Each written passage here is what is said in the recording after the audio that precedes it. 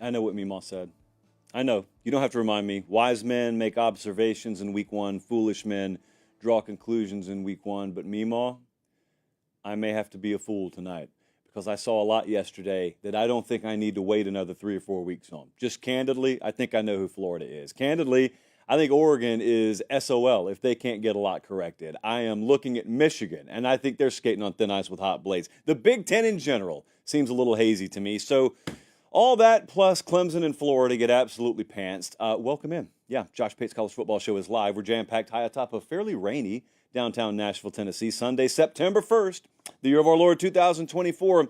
Yes, we were on the road yesterday. Slight sunburn. Our friends at Florida kept me indoors as long as they could, so it's not as bad as it could have been. But I saw what Miami did. I saw via television what Georgia did. I've got some thoughts on Billy Napier. I've got some thoughts on Dabo Swinney. I've got thoughts on pretty much every big game we saw yesterday. What a gut check for Notre Dame last night on the road, College Station. Now there's something that's about to happen with Notre Dame that a lot of you accuse people like me of, but I'm almost never guilty of it. However, your arguments are not without merit because some of our fine friends in the esteemed college football sports media apparatus, not apparati, which is plural because they're just one, they're about to be guilty of it. So we're going to keep an eye. We're going to keep an eye on things. I have got our week 2 whole new Saturday tour destination coming up tonight. We've got a lot to get to. We got tons to react to, and then we got LSU and USC kicking off in like an hour and a half or so, which is why we started the show early. They're watching us in Spartanburg, South Carolina, Orlando, Florida, Billings, Montana, Granbury, Texas. Thank you guys so much. If you're not following, especially over on Instagram, you missed like a metric ton of behind-the-scenes stuff yesterday. I mean, we're on the sideline the entire afternoon, but we also get a lot of access that you wouldn't get otherwise, and I show you as much as I possibly can. Can't show you everything we get to see, but I show you as much as I can at Late Kick Josh. Still, until further notice, is the name of the handle over on Instagram. Some of it's still up right now, actually, if you want to go take a look at it. Just do it after the show. Okay, we got all kind of different directions to go. Our Sunday shows are even more jam-packed than our usual shows in the fall. So let's dive in. Miami, 41, Florida, 17. Are you serious? That was the final score of this? On a scale of 1 to 5, Chalai, this game was a 2 Chalai special. We're giving this one 2 Chalai of supremacy on a scale of 1 to 5, and I'll tell you why. Because it was a splattering, and no splattering, at least in my mind, can garner 4 or 5 Chalai. This, I think, is the beginning, and I hate to speak in hyperbole, so I'm just being real with you. I think what we saw yesterday in Gainesville is the beginning of a chain reaction for both programs, headed in very different directions. So we came into this game having heard all spring and all summer, both programs believed that they had taken significant steps towards taking the next step. I sat down with both these head coaches. We were at both of these programs. We did live shows from both of these campi, plural of campus. And so we heard similar things from both programs. One of the great unknowns going into Saturday was which one would end up being right. Now, there is a scenario where this thing's just 21-19 and it's kind of ugly, and you come out saying, well, I don't really know. I mean, so-and-so won the game, but I don't really know. But, friends, you know. When it looks like it did yesterday, and frankly, when it could be a lot worse than it was yesterday, I think you know. So we do a little something around here. It brings me no joy. That's why it's sad. But we have something that we have to drop on you. When things get so emphatic in a game, what we do is we pop the paper. We have our first Sarah McLachlan special of the year, 41-17, Miami over Florida. Here it is. Crank the music, Sarah. Largest Florida home loss in nearly a decade. Miami doubled them up in total yards, 569 to 261. Miami had 10 passes of 20-plus yards. Florida had 0. Florida allowed scores on 6 of the opening 8 drives in this game.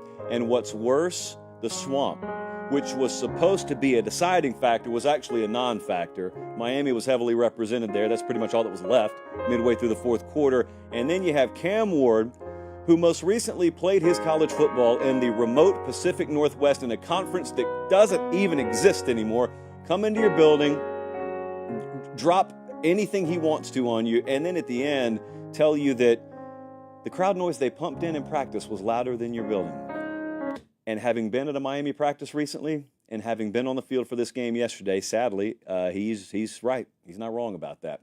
So that's the way it went. That's the way it went. Miami had 55 or 60 in their bag if they needed it in this game. Something I never thought I'd be saying. Picked Miami to win, picked Miami to cover. Not by this many points. I never expected the physical mismatch. You know, there are games sometimes that get really lopsided, and it's because the other team was -4 turnovers and 21 of your points were non-offensive. We've seen those kind of games before. We've seen games that get out of hand where we tell ourselves, if this were to happen again, if this game were played again, I don't think many people in Gainesville want this one played again. You saw an outcome that was definitive. You saw an outcome that was absolute. A great big exclamation mark on the end of both questions for both programs. You had questions in the positive and negative about Miami, and now all the negatives erased, and the absolute opposite is true about Florida. But I go back to, what was it, late winter, early spring, I guess it was, whenever the headlines dropped that Cam Ward was transferring to Miami and he wasn't going to the draft. Miami just goes all in on this season. But I remember, Jesse, you remember we took a question, we were doing like a mailbag, and we made a big deal, obviously, of Cam Ward committing to Miami, because it was a big deal. But we took a mailbag, and there was one of our viewers who said, you really think one player is going to change a program?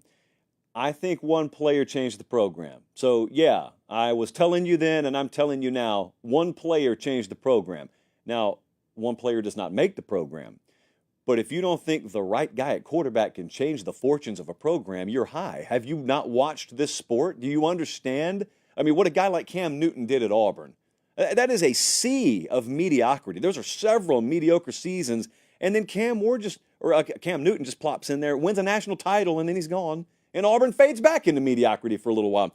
One player at that position is worth everything. And I want you to think about the plight of, let's say, Shannon Dawson, the offensive coordinator there, who last year was the same exact guy he is now. Last year wanted to call the same exact plays he wants to call this year. It's not like he's evolved 75% of his football thinking. However, last year, all due respect, he was working with Tyler Van Dyke, and turnovers were a big issue, and this year he's got Cam Ward plopped in his lap.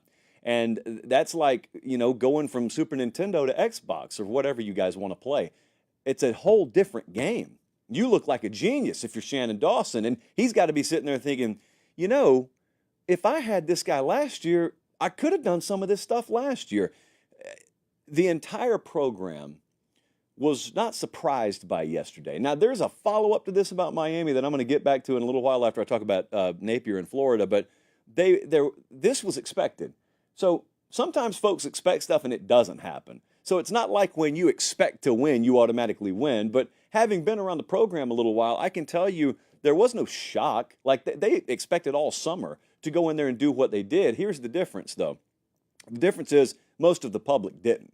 Because most of the public doubts that coaching staff. Most of the public doubts the big game ability of the program.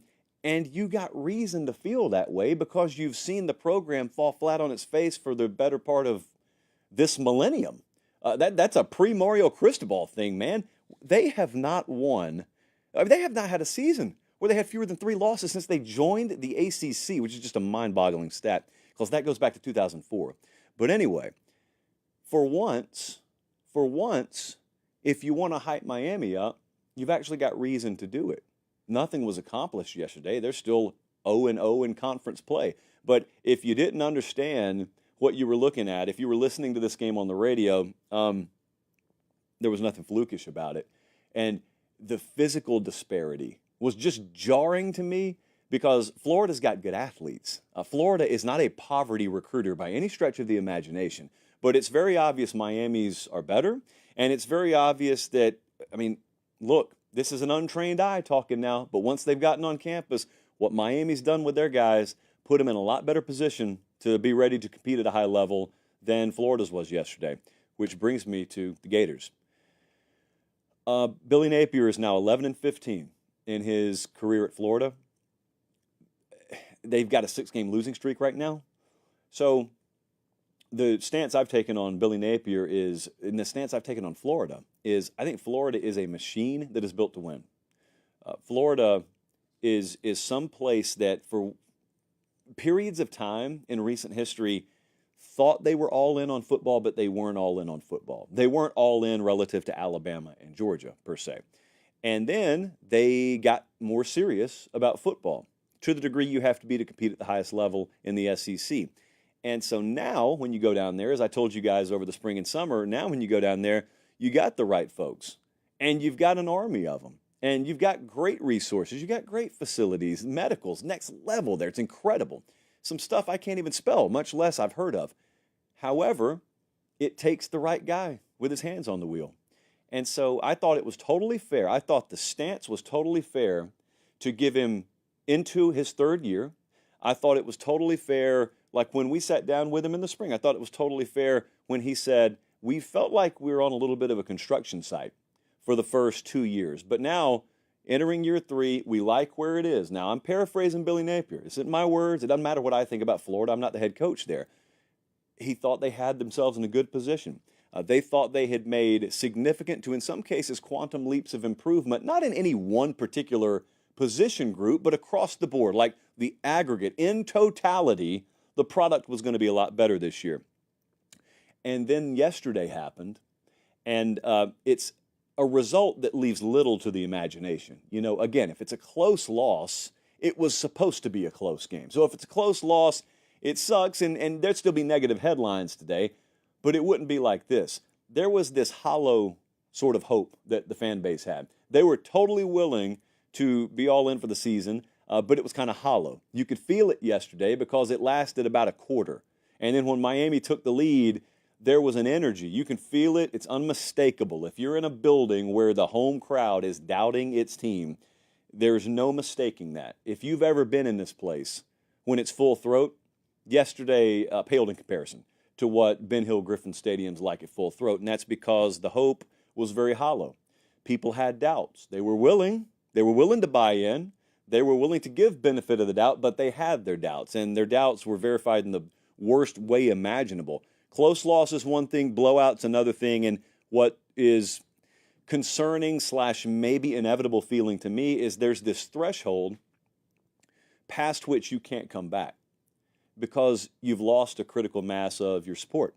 And at that point, it doesn't matter if your process would have worked if it were given time, because whether you like it or not, the amount of time, the right amount of time in this sport is never going to be more than 3 years at a major program. And the reason is because there are too many means at your disposal to quickly overhaul your roster, and there are too many examples of other guys having done it quickly. You can like that or not like that. That's the name of the game. Your buyout's really, really big to give you a safety net in exchange for accepting that that's part of the game. And so now, I listened to Billy Napier's press conference last night, and he said what he could say, but the fact that they were as stunned, and I do believe they were stunned at the outcome as they were, it kind of goes back to what we were talking about a little bit with Florida State the week before. You know, Florida State, a lot of the vibes you got from their camp is one thing, and then the result is such another thing that forget about you as a fan being shocked. The staff is shocked. The staff is stunned. And when you're soul searching in week 2 of the football season, you don't normally find anything you're going to like. So I believe, like I said, both programs probably had themselves begin a chain reaction yesterday that will go in very, very opposite directions. But see, the thing about Miami is I think they're the class of the ACC, but they got a whole new challenge on their hands. And that challenge is one that outside Cristobal experiencing it briefly as a head coach at Oregon and as an assistant and as a player way back in the day, none of them have really experienced, and that's the consequence of success. They've felt the consequence of failure, but success brings consequence as well. And we've always said this about Miami, and I'll tell you, as we're talking live here later tonight, USC plays.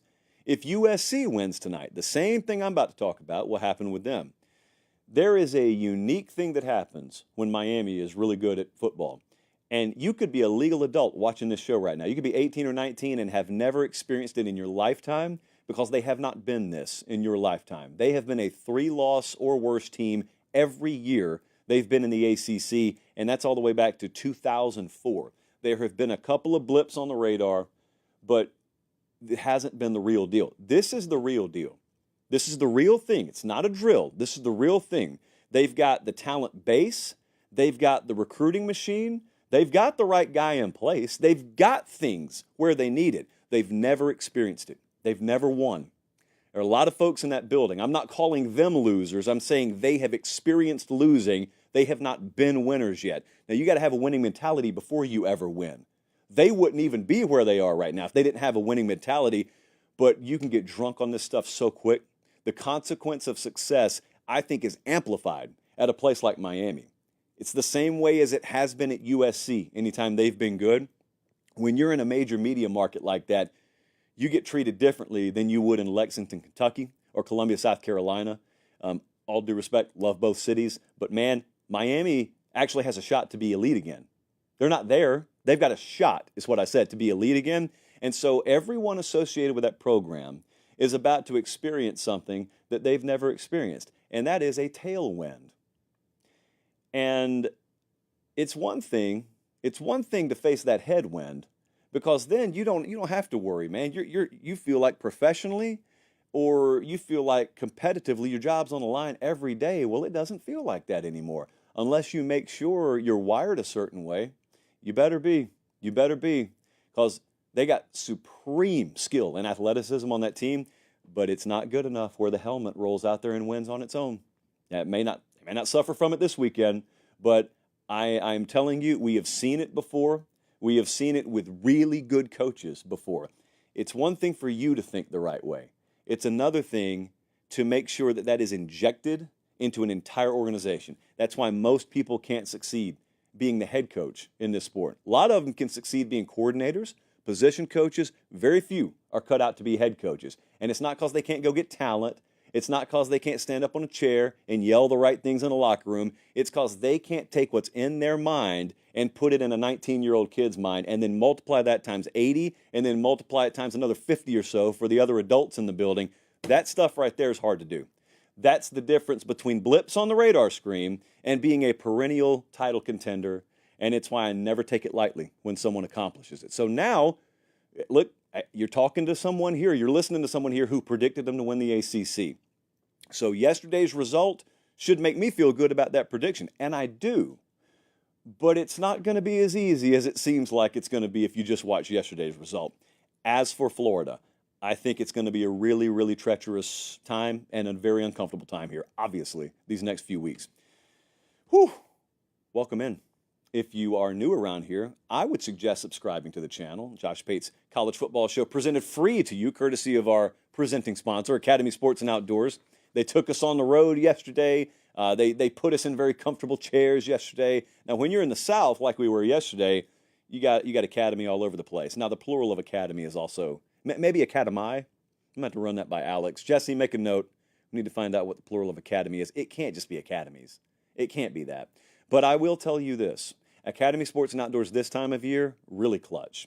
Because they've got all the stuff you need, a lot of the stuff you don't think you need. Some of you are busy shopping for sporting goods equipment for the fall, but then you're thinking, but the kids have to go back to school, so we got to go someplace else.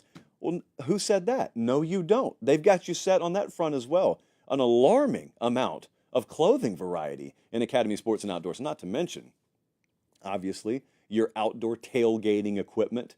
I should look over tailgating areas and just see an ocean of Academy Sports and Outdoors this time of year. We appreciate them. I promise they appreciate you so much that they make sure to take care of this production and make it free for you. So in exchange, just give them a visit, academy.com, if you can't get there in person. We roll on the Sunday night reaction special. Got a couple of Ramen Noodle Express best bets coming up. I am going to tell you where we're going this Saturday coming up. We are absolutely loaded tonight. Georgia 34, Clemson 3. Sad, sad violin music here. 1.5 Chali. That's all I can give this game. 1.5 Chali, because there was a significant amount of yawning that everyone outside of the Georgia fan base did in the second half. This game went exactly half the way I expected it to go. Half because I got what I thought I'd get from Georgia. Georgia is the team I thought they'd be. Clemson is not, just wrong on them, just whiffed on them. I think I was loosely quoted around here as saying, I'll take Georgia to win. I didn't bet on the game, but if I did, I think I'd take Clemson plus the points. Yet, nope. And my reasoning there was, I'll have to see Clemson get handled to believe it. Well, friends, I believe it because I saw Clemson get handled. What kind of day was it in Mercedes-Benz Stadium yesterday, the grave of the Georgia Dome? Georgia had 169 rush yards. In fact, let's just padlock stat it. Georgia, 169 rushing yards. Clemson had 188 total. Georgia nearly outrushed Clemson in totality of yardage. As for totality of yardage, how's 447 to 188? Completely boa constricted. That was Clemson all day long. Now, I'm from Georgia. Out of my social circle, the biggest slice of the pie is made up of Georgia fans. So I talk to Georgia fans every hour of every day. Even if I didn't want to, I could not avoid that. Not that I want to, in most cases. But I really hope Georgia fans appreciate what they don't have to worry about. 99% of the sport, even the good teams, have to deal with variants of preparedness, I guess is the best way to put it. Even the good ones have their team show up and occasionally just lay an egg, if you want to call it that, but it's just they're inconsistent in the level of preparedness that they display by how well they execute. Georgia just doesn't suffer from it. I know everyone knows Kirby Smart's good. I know everyone thinks Georgia's got the best coach and the best coaching staff and the best program, but they're really better than even you think they are because there's no variance in that. Think about how shocked you'd be if you watched Georgia football and they showed up unprepared. They can lose. They don't lose very often, but they could lose a football game. But it's because you out-executed them. They never hand you a game, or you'd never beat them because they no-show. That sounds so simple. Well, Josh, their own scholarship, of course they'll show up. Well, Josh, they're paid millions or at least hundreds of thousands of dollars, depending on the job title. Of course they'll show up. No, it's not automatic. They're not robots. So everyone doesn't automatically show up. You got a program there that does it every week, week in and week out. And if they didn't, it would be the biggest surprise. Georgia showing up flat would actually be a bigger surprise than like Vandy pulling an upset over Virginia Tech.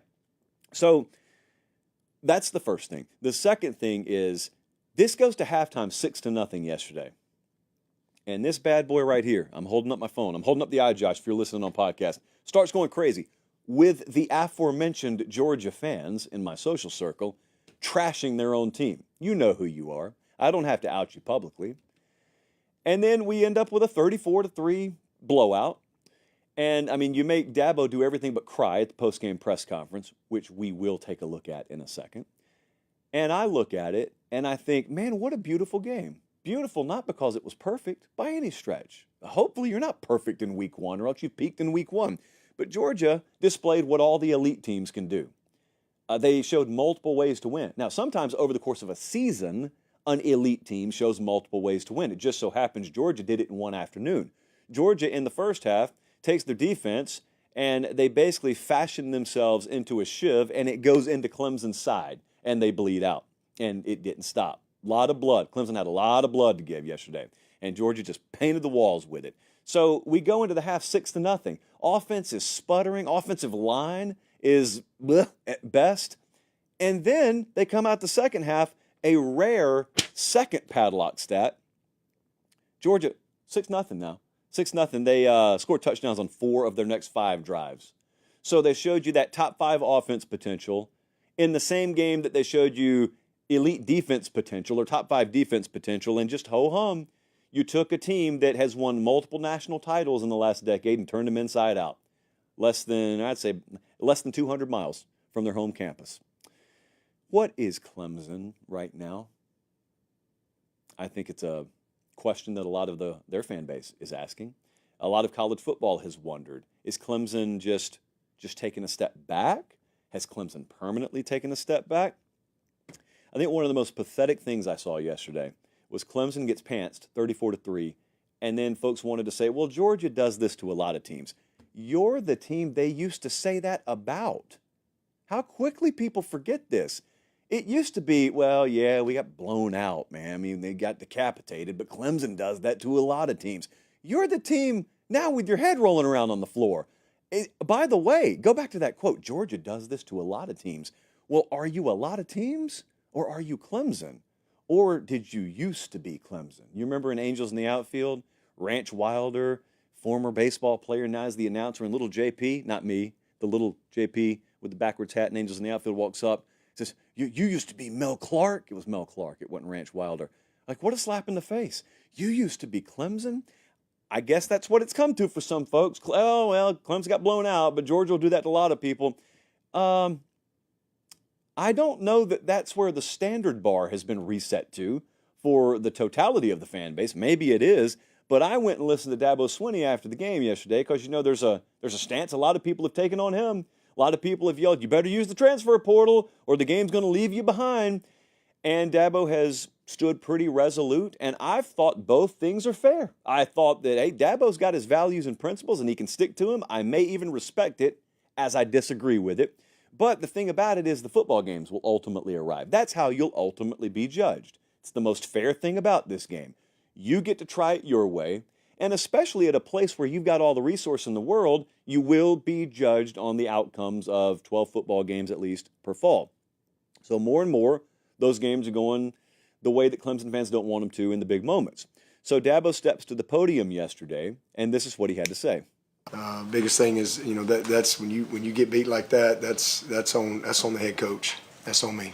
So it's just complete ownership of just a absolute crap second half, and just, you know, really disappointed. But I've done it long enough.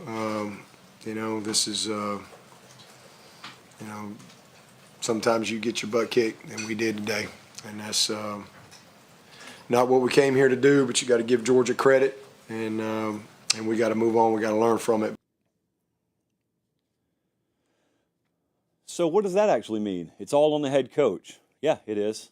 What does that actually mean? Does that mean any lessons learned? Does it mean anything's going to change? I highly doubt it.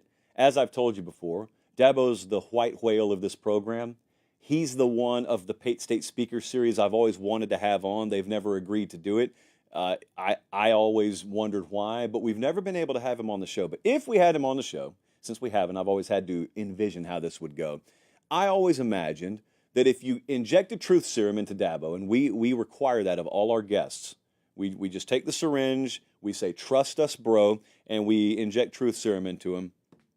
If we did that to Dabo, and we started talking about this transfer portal stuff, he would say something like, why in the world should I have to change?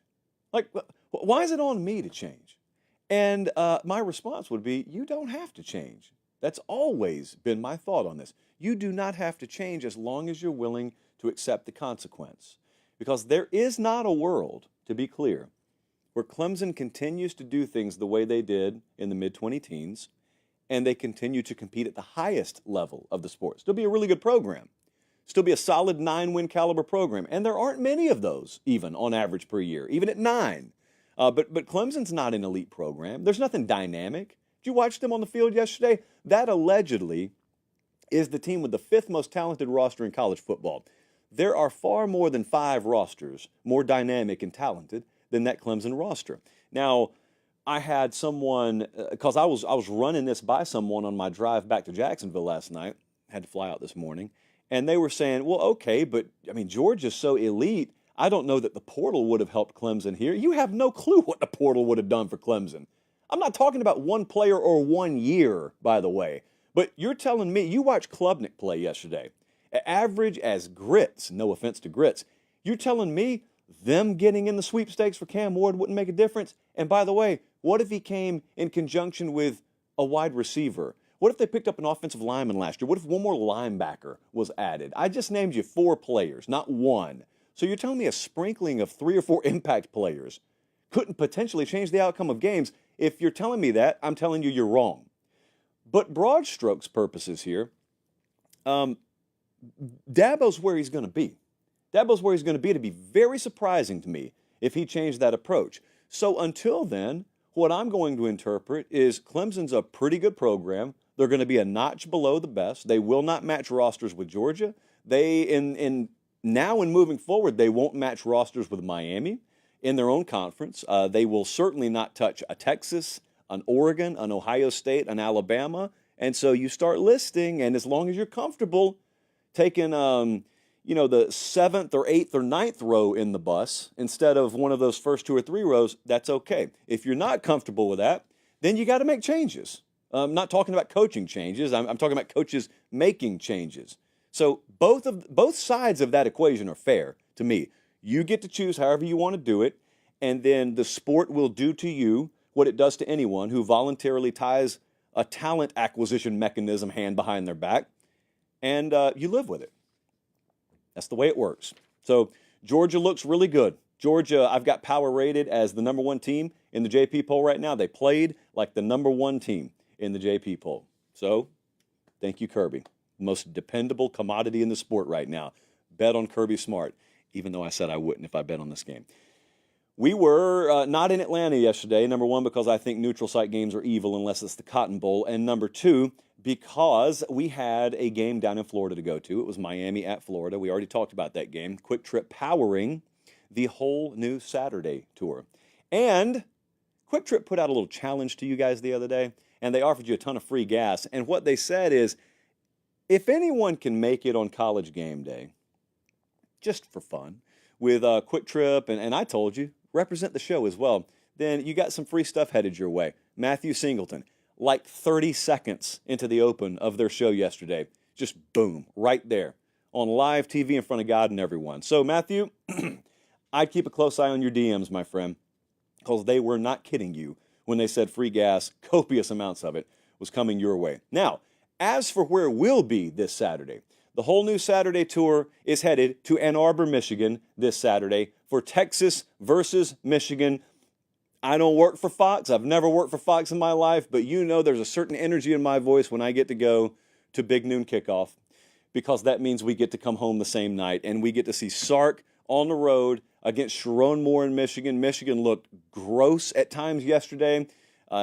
Conversely, Texas looked like they could have scored 400 points. Texas goes into this game, I think right now at FanDuel, they're a 7 to a 7.5 point favorite. Should be a lot of fun. Now, it should be noted, I am 1, 2, 3, 4, 5. Am I 6-0 attending Michigan games the last 3 years? I think I am. I don't know that have I seen Michigan lose a game. Jesse, can you think about that? I don't think I've seen Michigan lose a game in person, which is crazy because I pick against them a lot, which obviously means I hate them. I think that probably should move the line 2 or 3 points on its own. So there you go. Texas at Michigan this Saturday. We will be there. We're looking forward to it. Now, back to yesterday's festivities. Last night, to be specific. Notre Dame went on the road and just flat out beat Texas A&M 23-13. This is a good game. This is one of the best games of the day. So good, I would give it 3.5 Chali out of 5 on our game ranking. And this was a gut check for Notre Dame. This was the gut check Notre Dame couldn't quite get against Ohio State last year. Remember, that game came down to the last play up in South Bend. We were there for that one. We were not there for this one. And naturally, anytime I pass up an opportunity to go to Kyle Field, something spectacular happens. In this case, not for the home team. You've heard of the padlock stat before. The padlock stat's what I give you, and if you would have known that number Friday, you would have known the outcome. But we also have the rarely mentioned bad luck stat. And a bad luck stat is the kind of stat that if you heard it Friday, you would think you know who's going to win, but you would be wrong. We have a bad luck stat. Notre Dame, 23-13. Wow, small underdog, double-digit winner. That must mean they dominated, right? Well, what if I told you Friday that Notre Dame was going to go 2 of 14 on 3rd and 4th down? What if I told you Notre Dame was going to rack up 11 penalties for nearly 100 yards, and then you add on top of that the offensive line inexperience and Notre Dame in big games and all the energy, college game day in town? What would you have thought? You would have thought, give me the Aggies, lay the points, bet the kids' tuition on it. And as a result, your kids are JUCO at best because Notre Dame finds a way to win anyway. 4 rushes of 15-plus yards for Notre Dame. 2 of them went for touchdowns, 47 yards and 21 yards. And conversely, A&M had 0. That's a padlock stat. Let's pop the paper on that. Notre Dame 4 rushes of 15 plus, A&M 0, and Connor Wigman 100 passing yards. Just such an underachievement of a day for Texas A&M, which means full credit to this entire coaching staff, but specifically on the defensive side over there. And then you think about what was perceived to be the glaring mismatch in this one, and we talked about it a lot on Tuesday, and that was the 6 career combined starts on the offensive line for Notre Dame. And yet, I turned this game on when I got back to my hotel room last night, and it was already the 4th quarter, so I went back and rewatched the rest of it on the flight home this morning. But I was watching the game live on the 4th quarter, and I said, is there something wrong? Is the saturation and the tent off on the TV? Because it looks like the team with the gold helmets on is leaning on the team in the maroon. I got this kid over here puking. I got that kid sucking wind. This is the team who plays in a city that might as well be in Canada, and you guys have trained in East Texas all summer, and they're leaning on you? Make of that what you will, but that's what we were seeing. Notre Dame's offensive line gave up 0 sacks yesterday. There were some tackles for loss, but 0 sacks, 5.8 yards per carry. I don't know who needs to be given a raise up there. I just know raises are due. That was a monumental achievement for this program and this team to go on the road in those circumstances, having lost that left tackle for the season, already having to replace both tackles. And so you're down to essentially a 3 at left tackle and go in there against a whole yak, as my dad would say, a whole yak of former 5 stars. And you would not have known it. You would not have known it. That doesn't just happen. That is good coaching. I have told you before, I'll tell you again, I think Marcus Freeman has about as good a duo of coordinators with Denbrock and Golden as anyone has in the country.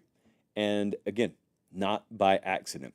Notre Dame looked to have better pass catchers than Texas A&M. It's a 1-game sample size, but that's what it looked like. Notre Dame had, well, no A&M wide receiver had a reception. You know what? It's not one reception, Jesse. No A&M wide receiver had over 31 yards receiving, period. Connor Wigman was a big disappointment in this game. I pull for him. He's had a checkered career, got a great opportunity here. I don't know if there is some kind of behind-the-scenes note about an injury or something that's non-disclosed. Feel free to let me know. But if everything was on the up and up, this was a bad, bad game.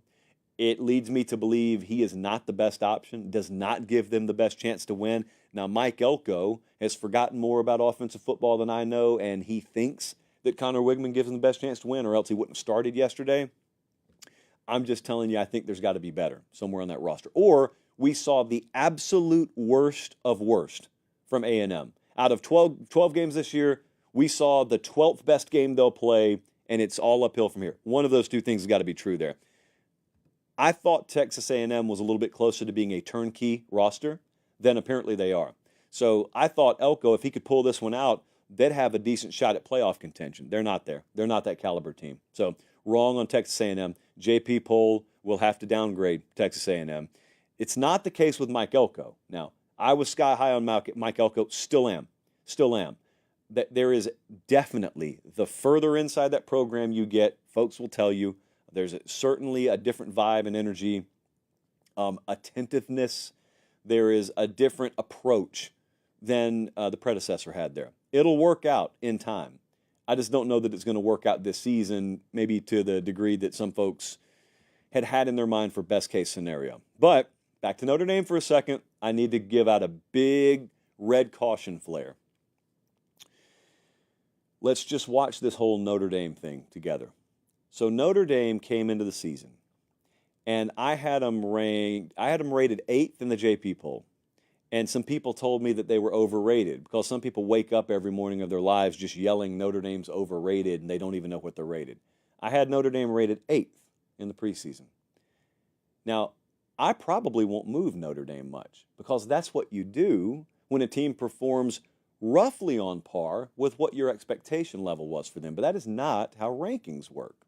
In the ranking, merit-based world, you just win and you automatically get bumped up. And so who knows where the AP is going to have Notre Dame come Monday or Tuesday, whenever they release that thing. But I will tell you, for all the folks out there who yell about Notre Dame being overrated, I want you to pay attention, because I think what we're doing with Notre Dame makes perfect sense. Just a little preview of the JP poll. Notre Dame's not really going to jump up much in the JP poll. Why? Because I think we had them properly rated. See, when you thought they were overrated, I think they were properly rated. Now, what you don't want to do is fall victim to committing the crime that you accuse folks like me of. Don't be bumping them up to 5 or 4. If they're the 8th best team in the country and they go win by 10 against Texas A&M, that means they did what the 8th best team in the country should do. So Notre Dame's going to get hyped here.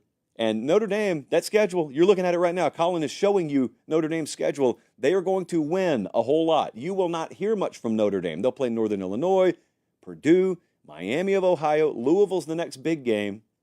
But I'm telling you, they can't overlook folks. There is not an elite part of this Notre Dame team. The sum has got to be more than the whole of the parts because they don't have elite pieces on this team. Riley Leonard's a really good quarterback. They've got some really good. But I think that coaching staff would tell you, if they had truth serum injected in them, we're not elite in any area of this team. Collectively, we think we can be a playoff team, though. That kind of team, if it brings it every week, can win every game they play. Cannot afford a C-plus effort, because that's the kind of team that has, a lot thinner margin for error. But they're going to get overrated. I'm almost certain of it. They're going to get overrated, and I just want you to remember who started and held firm on Notre Dame. I'm going to need you guys to defend me eventually. I know it's coming. They're watching us in Williamsburg, Virginia, Tucson, Arizona, Panama City Beach, Florida. Thank you guys so much. We roll merrily along. Brandon Walker has texted me. Do you want me to work up a Women of 90s Country playlist real quick? Yeah, I'd love that. All right. Back to the show. Penn State 34, West Virginia 12. Did anyone see this coming? The model kind of sniffed this one out. The model was watching the point spread lower on this thing. There was a lot of West Virginia money that came in. And we saw this game play out. I give it 2 Chalai out of 5. We had a long weather delay. That's always going to temper the Chalai rating there. Have not had a 5 Chalai game. There was no 5 Chalai game in week 1. This was a terrible matchup for West Virginia. That's what the model kept seeing. Model thought Penn State wins by double digits.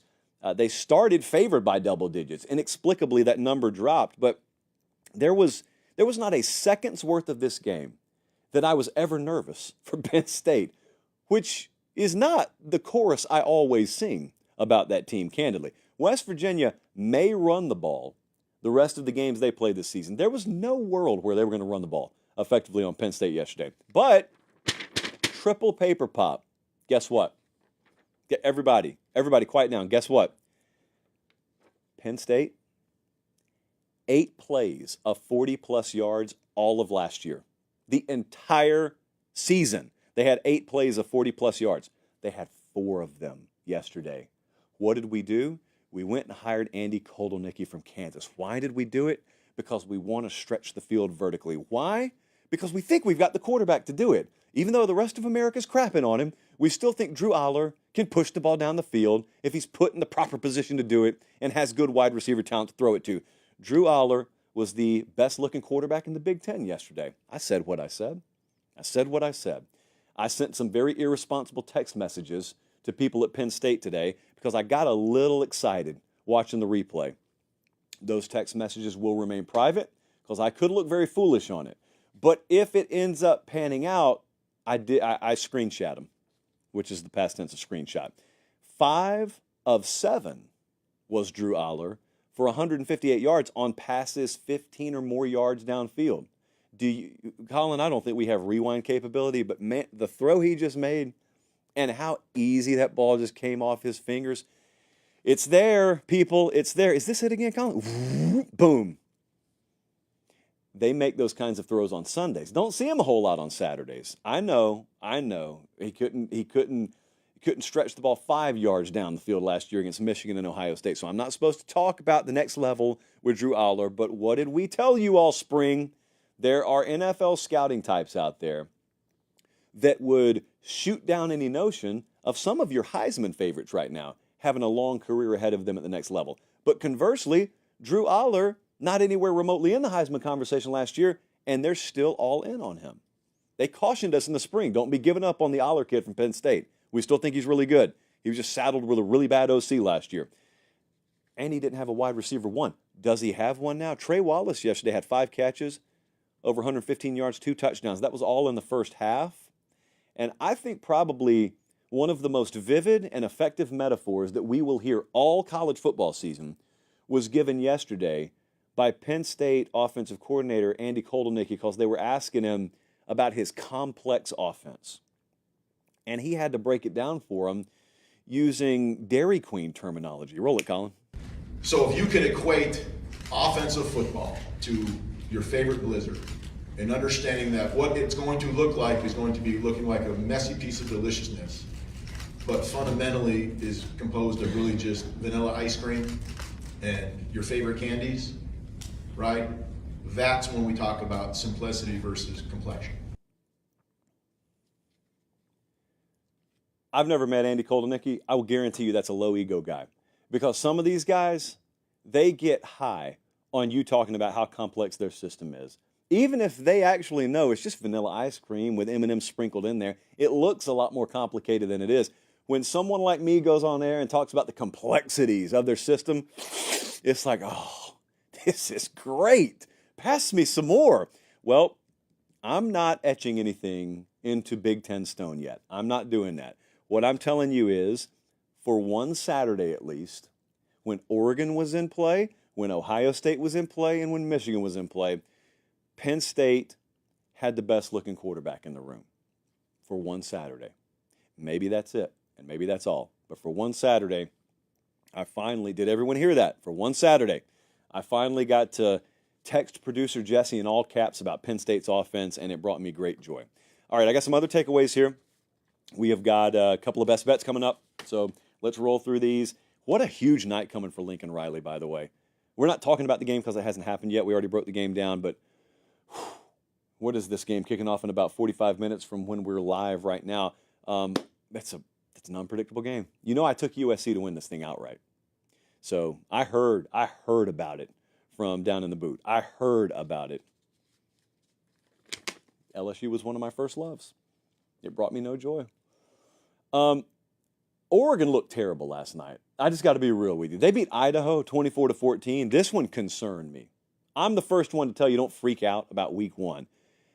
I'm having trouble not freaking out about that one. That one was jarring. It was glaring. We've seen it happen before. We've seen a team struggle against vastly inferior competition in week one, and then week two, people are laughing that they got so worried in week one. And maybe that happens here. They got Boise this Saturday. Maybe that happens. And if it does, great. I'm the one that predicted them to be in the playoff. Like, I'm fine with it. But I will say, I am worried about Oregon. They had injury on their offensive line late in fall camp. They had to move some pieces around, and they'll get Bedford back, I think, eventually. But this looked bad yesterday. This looked worse than a lot of teams looked when they lost. Winning is what matters. I get all that. But I will say this. Defense looked great for Oregon yesterday. I guess my follow-up question is this going to be a situation where defense has to carry Oregon for a little while? Because that's not something many of us expected. And yet, if yesterday was any indication, it's absolutely what's going to have to happen. 2.9 yards per carry. Like, on what planet is that a stat line for Oregon running the ball against anyone this side of the NFL, much less Idaho? Their offensive line was so bad yesterday, guys. I know you didn't watch this game. I did, so you don't have to. Their offensive line was so bad. Do you realize Dylan Gabriel completed 41 passes? He tied a program record for pass completions in a game. None of them were downfield. I think like 2 or 3 of them were over 20 yards downfield. So it was just dink, it was dunk, it was a lot of what you're seeing on this B-roll right now. They didn't do that because they wanted to. They did it because they had to. They couldn't run the ball. Idaho was threatening to beat them in the fourth quarter before they put on not a garbage time touchdown, before they put up a late touchdown. And so Idaho had more explosive plays than them. Just a total shoulder shaker of a result from Oregon. And so that leads you to question, is this the offensive line for Oregon? Like, is that actually it? Or am I making way too much of week one? Did they just take an opponent too lightly? But this is what I'm talking about with the difference in the best of the best and the next tier of program. At Georgia, which is the best of the best, you will never see them roll out a performance like that to start a season. You will never see lack of preparedness. You will never see that big of a disparity between what you expect from that team and the reality of the team. And there was, at least in my mind, a glaring disparity between what I thought I'd get from Oregon and what I got from Oregon. Now, that could be my fault. I could have just put too much into my expectation of Oregon. That's happened before. We'll find out quick because we'll have more performances like this.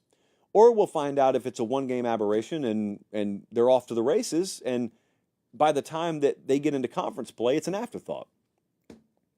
They got a huge shift that they better take this Saturday, because if that right there, if those problems persist, this is a multi-loss team this year. If those problems persist, they're not beating Ohio State. But also, Colin, could you do me a favor? Can you show me Oregon's schedule right quick? If they have the kind of problems they had yesterday, I need you to understand, games like going to UCLA is not some gimme. At Purdue, at Michigan, certainly, at Wisconsin, Washington, these aren't like gimme wins. And before you say, Josh, Oregon's way better than Wisconsin, yeah, I'd say the same about Idaho, wouldn't you? Didn't really matter yesterday. So Oregon is certainly, I think, going to be a much different looking team than what we saw yesterday. But there are some problems that when you see them in week one, you have a harder time envisioning getting cleaned up than others. And when I see an offensive line get treated like Oregon's did yesterday, all I'm telling you is I don't have 100% certainty in my heart that just magically gets rectified, like this magically gets cleaned up. So that's where I am on Oregon. Now, Bama didn't have much problem yesterday. Alabama rolled Western Kentucky 63-0. I know 63 points is a lot, but it was really defense that I had jump off the screen when I was watching the replay of this game. Quay Russaw, all over the field, monster. Jahad Campbell, finally playing the position that God created him to play instead of the one Alabama's had him playing. I have it on good authority, by the way, that when Kalen DeBoer got to Alabama and he hired Kane Womack and Womack meets with Nick Saban and whatnot, one of the first things out of Saban's mouth was, now Campbell's been playing the wrong position for 2 years. He was the head coach. I assume he could have done something about it, but whatever that is whatever that is. I think they've got Jahad Campbell playing the right position now. If you want to know who he is, he's the outside linebacker that was beating wide receivers to the sideline yesterday, number 11, I believe. That was him. They played 19 true freshmen in this game, which was a game plan, I guess, all along. We have known that about Alabama. They are going to have to rely on true freshmen to play. There were multiple true freshmen playing in their secondary yesterday. Now, they're all good. They're all really good. Playing multiple true freshmen has never been a recipe for high-level success in one position group in this sport. But it's not out of the realm of possibility when all of them are five-star players and all of them have been there for the spring and they're playing in the right system. And then you got guys like Saab on the back end that transferred in from Washington. It's no guarantee it won't work either. We got to see Ryan Williams. We got to do more than just see clips of him from fall camp. And we got to see more than just hype. And he touched the ball twice yesterday and racked up 139 yards and 2 touchdowns in the process. So he's good, but I'll tell you the one I'm most excited about, and he had 1 catch yesterday for 22 yards. Kendrick Law, I think over the course of this season, is going to benefit as much from the hire of Kalen DeBoer as any offensive player in this system. Kendrick Law could be a monster in this offense. Kendrick Law is a 450-pound bench guy. He is a 23-mile-per-hour GPS guy. I have it on pretty good authority. And he's the kind of guy that just kind of gets lost in the shuffle. And you know Bama's got an army of 4-star caliber players down there. He's just another one. And then in comes a new system. In comes a new staff. And like I said, he didn't light up the stat sheet yesterday. I'm not even talking about yesterday. I'm just telling you in general, I expect a whole lot from Kendrick Law this year at Alabama. Let's continue, because this one was a little ugly too. Final score's not as bad. Michigan ended up beating Fresno 30-10, which is right around what the point spread was, 20 to 21 points. Davis Warren ends up getting a start at quarterback. We we'd assumed in the spring, Alex Orji. The closer we got to kickoff, sounded like there was more momentum in the Davis-Warren camp. I don't think this is a good thing for the program up there. It's a great thing for Davis-Warren. It's just a wonderful story, so much so that it makes you feel dirty having an opinion that's negative towards it. Because I'm all for that kid. We're going to go see him on Saturday. All for it. I mean, research his story if you're not familiar. But the bottom line is, I think they wanted Alex Orji to take the job. But the thing about it is, you can want a guy to win a job all day long. He's still got to take the job. And Alex Orji never took the job. And that roster is probably built more for his skill set. Like they probably planned on him eventually winning that job and therefore structured their offensive philosophy and personnel around him, and now he has not taken that job. And now what do? Well, you're still Michigan, so you still got really good football players, so you go try and win every game you play. And they won yesterday, and that's what counts. Davis-Warren was not bad either. I'm not saying anything like that. You give him credit. You give him credit for winning the job. All he did is what he's supposed to do. I guess you could say Alex Orji hasn't done everything he's supposed to do. I say that because if he had won the job already.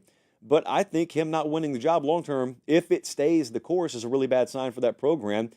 This has not been a quarterback-reliant program. So I'm not talking about them the way I would talk about some of these firework offenses that disproportionately lean on the quarterback position. I watched them play last year just like you did. And I know the complementary style that program has won with and that team that's won with, but I don't think it's the same caliber team. The offensive line is still mixing and matching. Their number 2 running back is significantly better than the number 1 running back, who happens to be on the cover of video games right now. I just talked about the quarterback situation. You've got historic staff turnover. You got a superstar, and you got a loaded defense led by a superstar over there that can win you games. But listen, I just described Iowa over the past few years. Michigan certainly has higher aspirations than Iowa, so you better be better than just, our defense will go out there and win it for us. That's a harsh comparison, and I'm not making the apples-to-apples comparison because there is a much higher ceiling for Michigan offensively than Iowa certainly has had. I mean, Iowa's ceiling has been a basement floor offensively the last several years. But Colston Loveland, to me, is the most dangerous pass catcher on this team right now, at least from the way I see it. So I'm talking about a tight end there, a really good one, but I'm talking about a tight end. So I'm talking about a team that, as I just described it, does not feel premier whatsoever on the offensive side. So it is one that's going to have someone be pretty dynamic at the quarterback position, or else you're going to have to hold teams under 14 points if you really hope to have security in feeling like you're going to have good game control. They're not at Texas. They got Texas this Saturday. We'll be there. Texas -7, -7.5. I expect that number to go up a little bit. Before we go to what was the upset of the weekend, according to some, I do want to remind you, so FanDuel, of course, our exclusive odds provider, but they also help us power the Ramen Noodle Express. The Ramen Noodle Express, a couple of games below 500 to start the season yesterday. So I went back in the archives, and I checked. And last year, we started the same. We killed it in week 2. We had an undefeated week 2 weeks after that. So that's okay. 2 games below 500 is not a big deal. We do have 2 games that we want to jump on early here. So Penn State's playing Bowling Green Saturday. Love the situation. Always love betting on James Franklin, period. Because if there's one dude who's vibing with us on the Ramen Noodle Express, it is James Franklin. We are going to lay 31.5 against Bowling Green with Penn State. Also, Kentucky is playing host to South Carolina. And Kentucky's laying 9.5. We will lay those 9.5 points with the Wildcats. So we're taking 2 favorites here. Penn State minus 31.5. Kentucky minus 9.5. We are locking those games in right now on the Ramen Noodle Express, powered by FanDuel. Now, yesterday, I'm just going to go ahead and say it. Nashville's football team pulled the upset of Saturday. Vandy 34, Virginia Tech 27. Just not even a golf clap, just an outright clap for Clark and Barton and the boys in that order over about, a quarter mile from our building here. Evan Abrams of Action Network This is a paper popper of a stat. According to Action Network, double-digit favorites were 58-1 straight up in week 1. You're looking at the one. Virginia Tech favored by 13.5. Virginia Tech falls in overtime, 34-27 to Vanderbilt. Whomstould have thunk it, Colin? Whomstould have thunk it? Us. Roll it. The model likes Vandy. We have already made Vandy plus 13.5 a Ramen Noodle Express best bet. A lot of the movement that happened on this Vanderbilt roster, sneaky good additions. Tim Beck, the other Tim Beck, the one that was the OC at New Mexico State last year. Before that, he was a D2 head coach for a decade, and they picked him up. And Clark Lee made him the offensive coordinator, but he brought a couple of quarterbacks with him, brought a running back with him, brought a tight end with him. So there are pieces from a pretty effective offense out at New Mexico State. They do some different stuff that they brought over, so it's not totally starting from scratch. It's a home situation for Vanderbilt. And if we look in our model here and we've got all the coaches graded, there is a really interesting, sneaky sort of coaching edge for Vandy in this game. We've invested heavily on those coaching grades. It has greatly enhanced the model's ability to read these sorts of things. Diego Pavia outrushed Virginia Tech. The quarterback for Vanderbilt outrushed Virginia Tech on his own. And I'm going to tell you why. Firstly, it's because they held Virginia Tech to 75 yards rushing on 30 carries. And secondly, it's because Virginia Tech couldn't run the ball nearly as often as they wanted, because that's what happens when you're down 17-0. So good for Vandy. I know that no one talks about him. We rarely talk about him on this show. It is what it is. But it's not because they're not working over there. All options have been considered over there. They cannot operate like LSU. They know that. And so they've exhausted all options, and they apparently found a way to get it done there. And now, so the over-under win total is 2.5, right, Jesse? So they've got one win already. They've got Alcorn State this week. They will be favored. They've got Georgia State the next week. So this could be a situation, one of those good old-fashioned Vandy overs before September's over. Now, they will eventually dive into conference play with a Ball State mixed in there, but good for Vanderbilt. Good for Vanderbilt. Now, does this mean the sky is falling for Virginia Tech? No, it does not. It just means that the hype bubble has popped, and now it's time to go to work because, as far as I can tell, you're still perfect in conference play. Because you're 0-0.